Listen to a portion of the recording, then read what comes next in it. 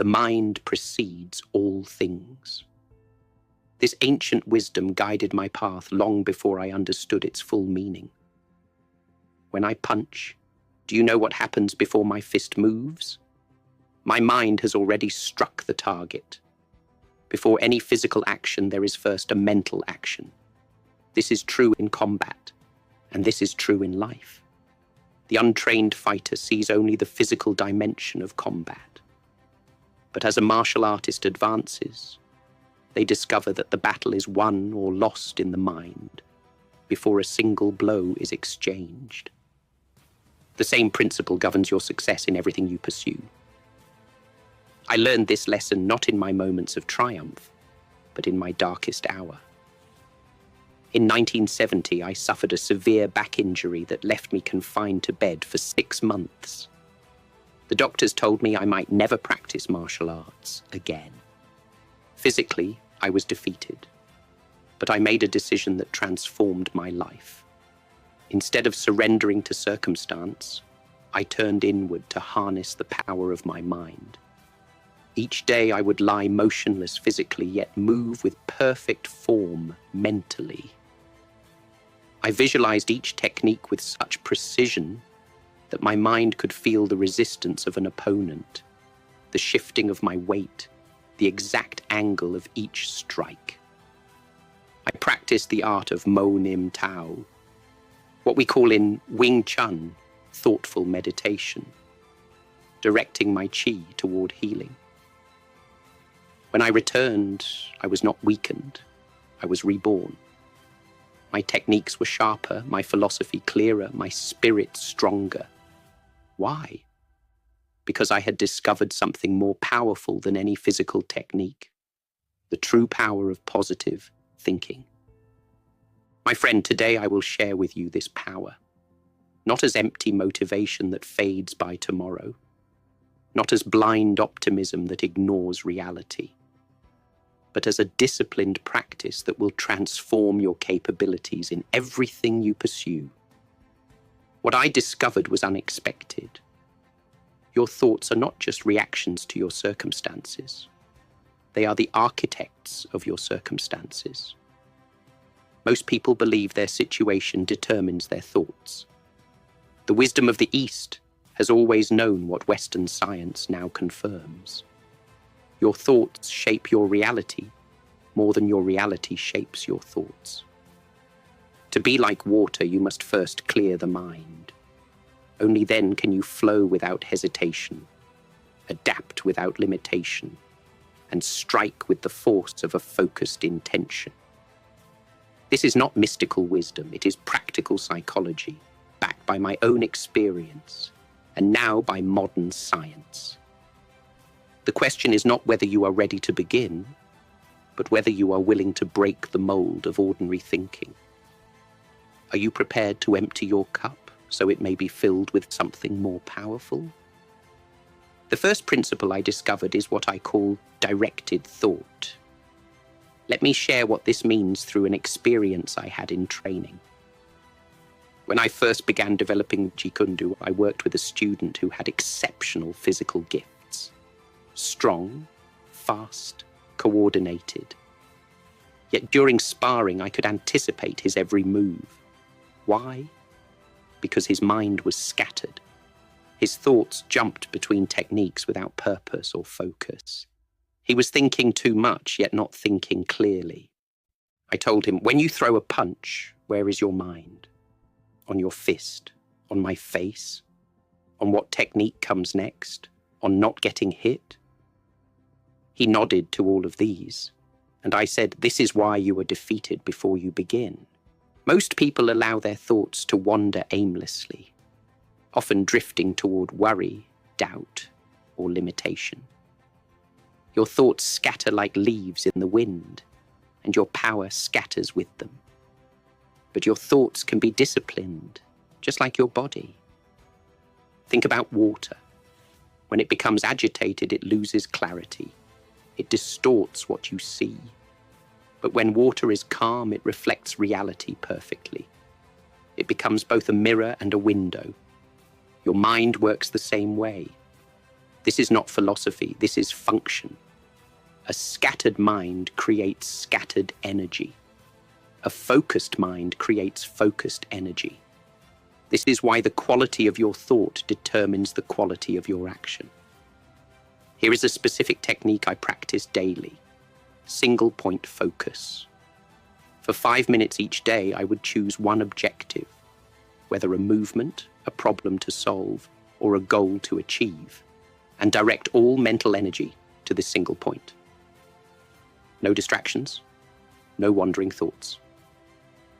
When my mind drifted, as all minds do, I would gently but firmly bring it back to the focal point. At first, this is difficult. Your untrained mind resists discipline just as your body once resisted difficult stances. But with practice, your ability to direct your thoughts becomes stronger.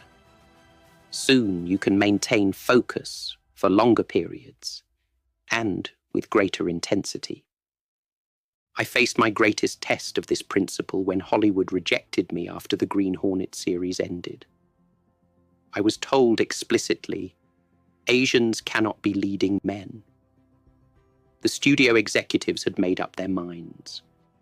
I could have allowed my thoughts to spiral into anger, resentment, or despair.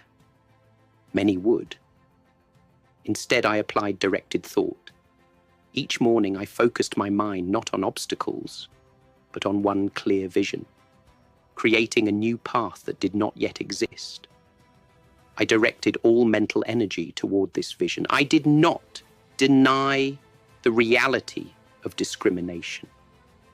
I simply refused to give it power in my mind. I focused instead on what I could control: my training, my philosophy, my next steps. This disciplined thought led to disciplined action. I returned to Hong Kong, created films on my own terms, and eventually changed what Hollywood believed was possible. The barriers were real, but by directing my thoughts with precision, I moved around them rather than crashing against them. Remember this: undisciplined thoughts lead to undisciplined actions. Disciplined thoughts create disciplined actions. Where your mind goes, your life follows. This is the power of directed thought, the first principle of positive thinking. The second principle builds directly upon directed thought. When you can control the direction of your thinking, you gain the ability to believe in possibilities before you have evidence they can become reality. Directed thought creates the foundation. Belief before evidence builds the structure. Most people wait to see evidence before they believe success is possible. They say, "Show me it can be done, then I will believe it." But this approach keeps you trapped within the boundaries of what already exists. True breakthroughs come from a different approach. You must believe in possibilities before you have evidence they can become reality. When I created Jikundu, many traditionalists criticized me harshly. Martial arts cannot be mixed, they said. Each style must remain pure. They had no evidence that a hybrid approach could work, because no one had successfully created one before. Had I waited for evidence, I would have abandoned my vision. Instead, I believed first. I saw with perfect clarity what did not yet exist. I believed in the effectiveness of adaptability over rigid tradition. I believed in taking what is useful and discarding what is not. I believed in personal expression over blind obedience to form. This belief guided my experiments, my training, and eventually led to creating something new. Not because I had evidence it would succeed, but because my belief created the conditions necessary for discovery. The same principle applied when I conceived the film Enter the Dragon. At that time, no Chinese martial artist had starred in a successful American film. There was no evidence it could work. Hollywood executives repeatedly told me, "There is no audience for this." Had I waited for evidence, I would never have persisted. But I believed first, not with blind optimism, but with a clear vision of what could be. This belief sustained me through countless rejections until the opportunity finally materialized. The greatest obstacle to believing before seeing is not external skepticism, but internal doubt. Your mind will demand evidence. It will say, be realistic, be practical. Don't set yourself up for disappointment. This is the mind's natural protection against failure. But this protection also prevents greatness. Here is a practical exercise I use to develop this capacity. The evidence journal. Each day, write down one belief you hold about a goal or possibility. Then, actively search for small pieces of evidence that support this belief.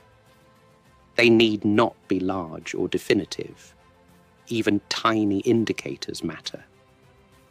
For example, when I believed I could change martial arts cinema, I noted every small sign of changing audience preferences. When someone expressed interest in my ideas, I recorded it. When I saw subtle shifts in the industry, I documented them. This practice trains your mind to become a detective for possibility, rather than a defender of limitation. You begin to notice supporting evidence you would have otherwise missed. This creates a virtuous cycle. Belief leads to noticing evidence, which strengthens belief, which helps you notice more evidence. Remember, every great achievement in history began as a belief before there was evidence it was possible. The first flight, the first moon landing, the first 4-minute mile, all began as beliefs before they became facts. Your achievements will follow the same pattern. Believe first, then create the evidence through action. The third principle connects to an ancient Taoist concept. When the heart is at peace, the world is at peace.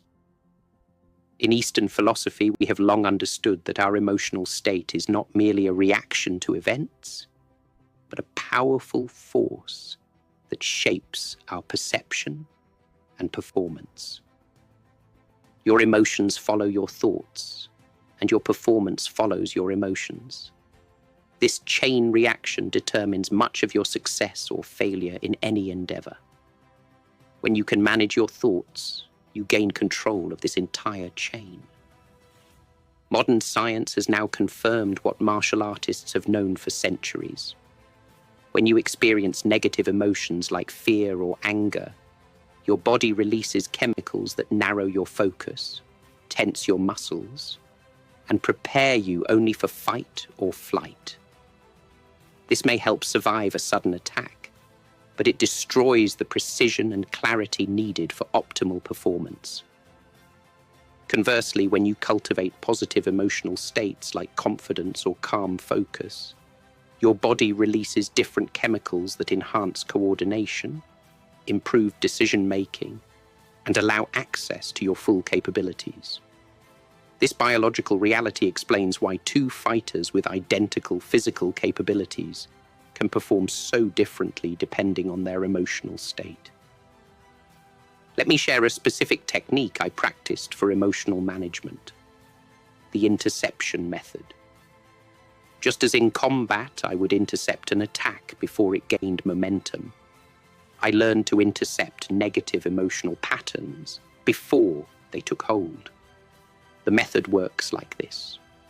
First, develop awareness of your emotional triggers and the first physical sensations of a negative emotional response. Perhaps tension in your shoulders, a change in breathing, or a sensation in your stomach. These physical signs appear before the emotion fully develops. Second, when you notice these early warning signs, immediately intercept with a physical pattern break. I would often use a specific breathing technique of 4 counts in, hold for 2, out for 6. This breaks the progression of the negative emotional pattern.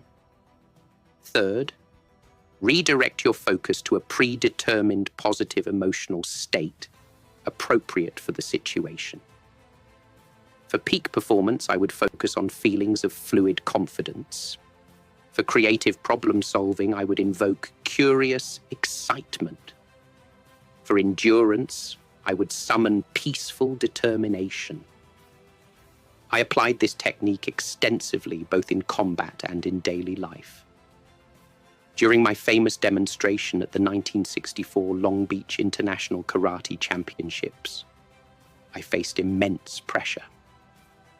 Moments before stepping on stage, I felt the first signs of performance anxiety, a tightening in my chest and racing thoughts about potential mistakes. Immediately, I intercepted these sensations with my breathing pattern, then redirected my focus to the feeling of fluid confidence I had cultivated in training. Within seconds, my emotional state transformed from anxiety to focused power. The demonstration became legendary not just for the physical techniques displayed, but for the absolute composure and precision with which they were executed. I used the same technique when facing discrimination in Hollywood. When meeting with producers who dismissed me based on prejudice, I would notice anger beginning to form. Immediately, I would intercept it before it could affect my performance, redirecting to strategic determination. This allowed me to respond not with emotional reaction, but with clear, persuasive communication. Remember, you cannot always control external events, but you can master your emotional response to them. This principle alone separates those who remain victims of circumstance from those who create circumstances. Master your emotions, and you master your performance in every area of life. The fourth principle builds directly upon emotional management. Once you can regulate your emotions, you must then master the language that both expresses and shapes those emotions. Your internal dialogue and the words you speak aloud are not just descriptions of reality, they are architects of your perception. Emotional mastery and language consciousness work as one system. The words you use program your mind just as surely as instructions program a computer. Change the language, and you change the emotional pattern. Change the emotional pattern, and you transform your capabilities. Consider these two statements about the same situation. A martial artist facing a superior opponent might think, "I am outmatched. This opponent is too strong." Another might think, "This is an opportunity to test my limits and adapt to a new challenge." Same situation, entirely different mental programming created through language. In my training, I observed how language created immediate physical effects. When a student told themselves, "I can't," their body would literally weaken. Muscle tension would change. Breathing would shallow. Performance would decrease. When they shifted to, "I will find a way," their physical capabilities visibly improved, not through magical thinking, but through the body's response to the mind's programming. This understanding was shaped by Chinese linguistic wisdom. In Cantonese, my first language, we have a saying, "Speak of good things, and good fortune follows. Speak of misfortune, and misfortune comes." This is not superstition, but recognition of how language shapes perception, which shapes action, which creates results. When developing Jikundu, I had to create new language because existing terminology limited thinking. Traditional schools used language of right technique and wrong technique. I introduced language of useful and not useful for this situation. This small shift in language opened entirely new possibilities for martial arts development. Now I invite you to try this thought experiment. For the next 30 seconds, notice your current internal language about a challenge you face. What words do you use to describe it to yourself?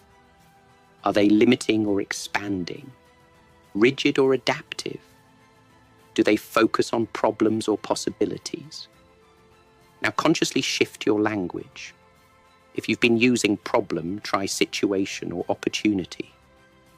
If you've been using can't, try haven't yet found the way. If you've been using have to, try choose to. Notice how each language shift creates a subtle but immediate change in your emotional state.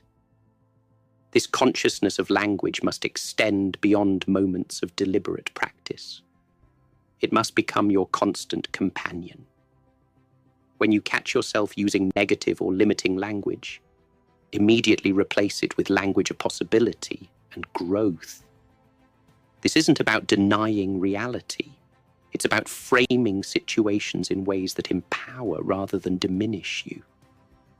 I applied this principle extensively during my recovery from my back injury. The doctors used language of damage and limitation. I consciously replaced these with healing and adaptation.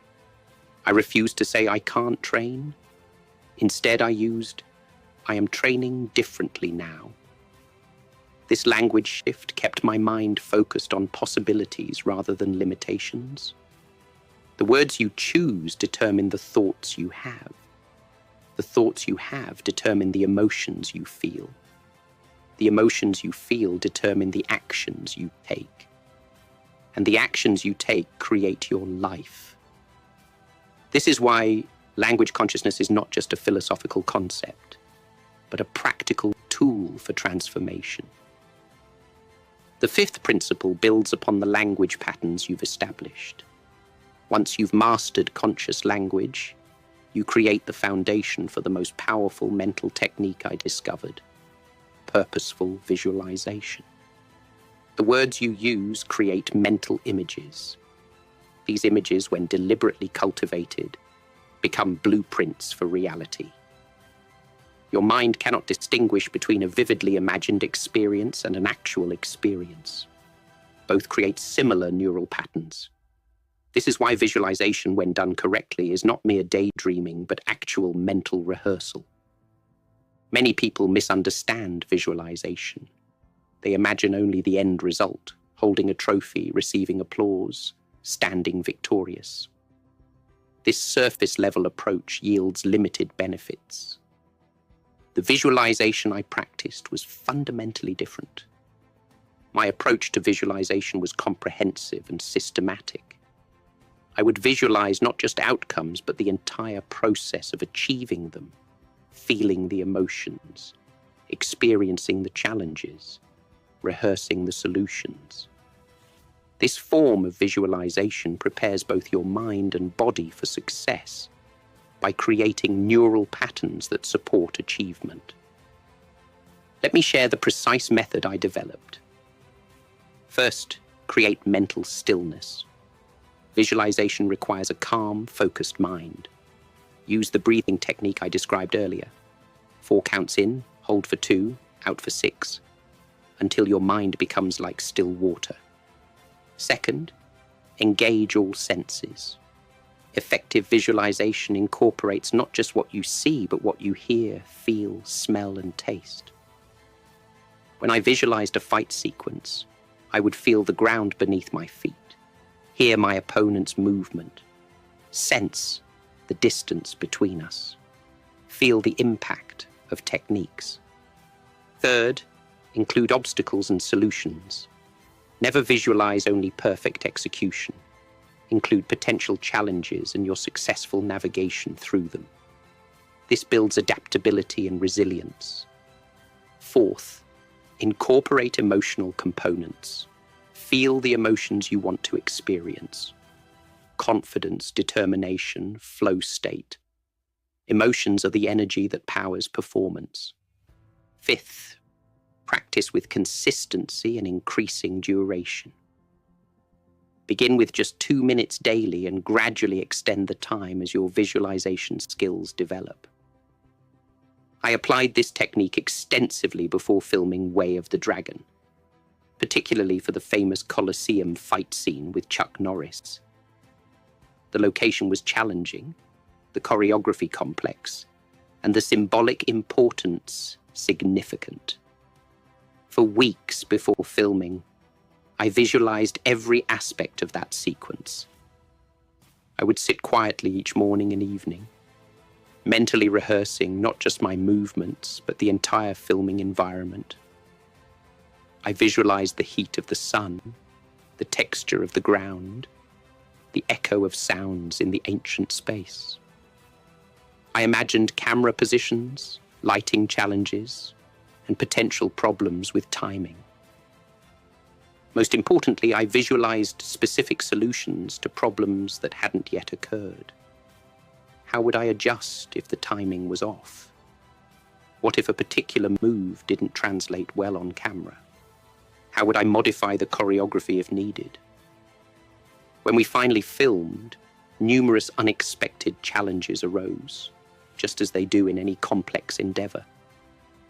Yet I found myself strangely prepared for each one.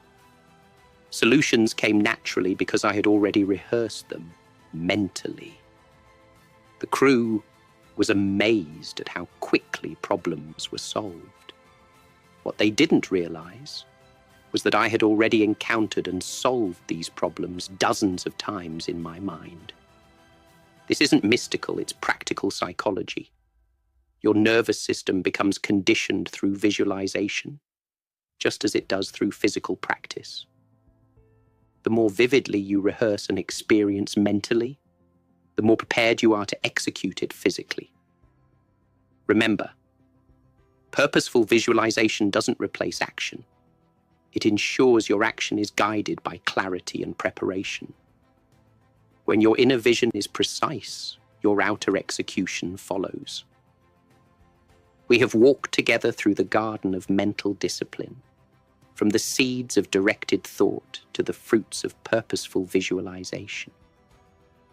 This journey is not separate steps, but a flowing river, each principle feeding into the next, creating a current of increasing power. Think of your mind as a martial artist.